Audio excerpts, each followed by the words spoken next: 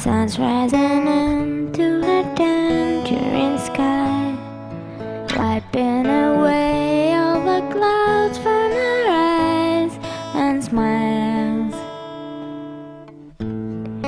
Shines, shines. The wind on the trees playing tricks with his leaves. Birds stretching up, spreading their wings to fly. Dawn has arrived. But Jesus, knowing who he is, he in John 8:12 says he is the light of the world. Whoever follows him gets that light, and they become the light to the world. Now what I see in this is several things real quick. I see first off that the Jews had to always remember that it wasn't about them. Catch that? You know, sometimes they forgot that they got absorbed about them, and it really is. We're blessed by the Jews, obviously. Paul tells us that. But God's love was for all who? John 3:16 tells us God so loved the world. When the law of Moses was given in Exodus 19, when the law of Moses was given, God said to the nation of Israel, this world is mine, right? And you guys are going to be the sacerdotes, the priest to the world. So who's going to intervene for the world are the Jews.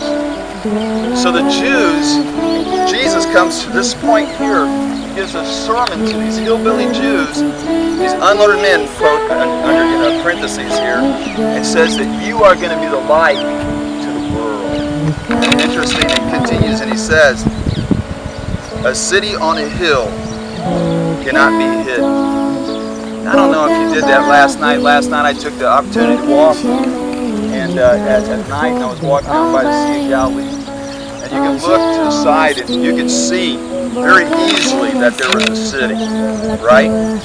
When you looked amongst the darkness, there was light. Now, yesterday we learned about the little lights that were made from the olive oil. So imagine you have no street lights. All of a sudden you have this little lamp. In Brazil we have these guys that go out on the ocean and they take this little oil for light on the jangadas on a little boat. You can see it from a distance. So Jesus has given them an image that they can fully understand. Maybe from here they're thinking Tiberias and they can see. Well, at night it's real easy to see them. Let me ask you this question. Is it easy to see? Does the world see in you the light of Christ? Now remember, the first application here is to those Jews from the Galilee region, for the world that you reach. You are the light of the world. And now we come down to us, the church, and we apply that to us, and we are supposed to be the light to the world, aren't we not? And I ask myself this question, how am I a light? Do I look like some kind of Avatar movie or something, of lights beaming out of my fingertips, or I don't know? How is it that you show that you're a light? Well, he continues and he tells us. He says, neither do people light a lamp and put it under a bowl. Instead, they put it on a stand and give light to everyone in the house. In the same way, see, words can only have meaning by context. You never know what a word means without context. And we can go through that and show that some other time. But in the same way, let your light shine before men, that they may see your good deeds and praise you.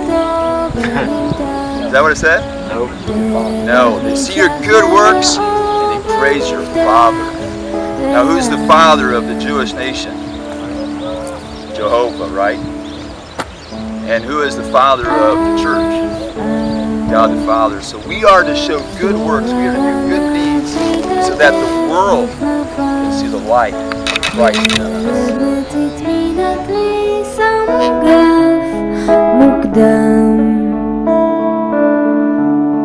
וקם העולם. בוקר טוב, בוקר באוויר, בוקר שמאיר את הרחוב באור בהיר, אור שלא מסתיר, בוקר שמסביר פניו לכל עכשיו מסתיר, בוקר בלילה. בוקר בלילה.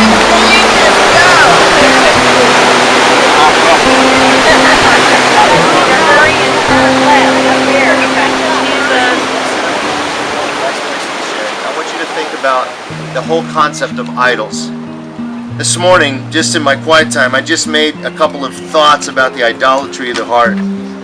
As I look at this passage and I see what was going on in this man's heart, first of all, it reflected man-made protection. An idol of the heart can be something that you devise, that you attribute characteristics to, that you think are going to provide you protection. An idol becomes something that you think has power to protect you, and secondly, to provide for you. What did he think that this idol would provide for him? He thought it would keep his kingdom. It would keep him on the throne. He thought it would keep the people loyal to him. An idol of the heart often grows out of fear. He was afraid. Needed something. It grows out of a desire to control or to manipulate. But ultimately, it is a rejection of God's way and a rejection of God himself. And the scripture says he caused the people to sin. We need to be careful about what it is that we set our affections on, that we set our heart on. How we worship matters to God. Who we worship matters to God.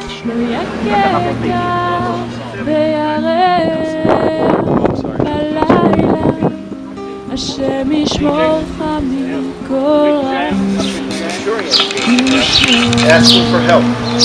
Lord, he said, my servant lies at home paralyzed and in terrible suffering. Jesus said unto him, I will go and heal him. The centurion replied, Lord, I do not deserve to have you come under my roof, but just say the word, my servant will be healed. For I myself am a man under authority with soldiers under me.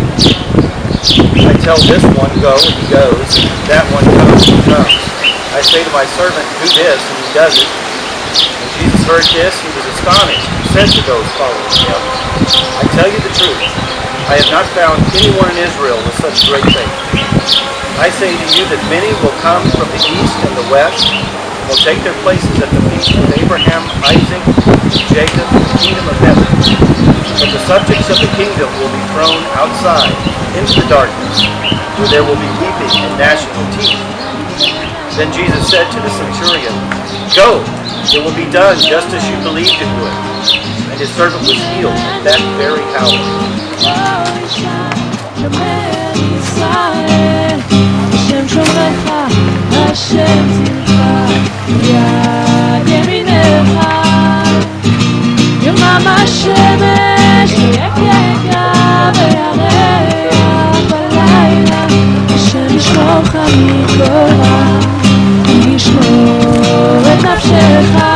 השם ישמור צאתך ובואך ועד עולם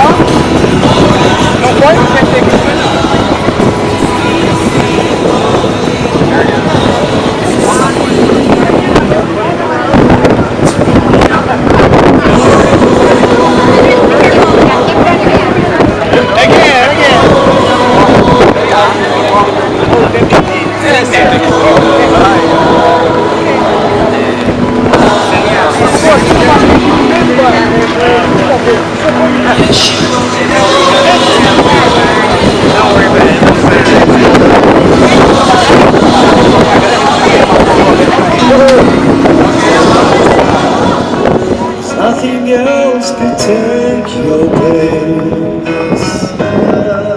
To feel the warmth of your embrace. Help me find a way, bring me back to you. So when you sing, God is an awesome God. Goody Bill, don't push it, you're right. God is an awesome God. שפט ולא ישנה אחד החטאים שקרב משנים לנו והמשיח יתקרב אז כדאי שתאמינו שיש לנו רגע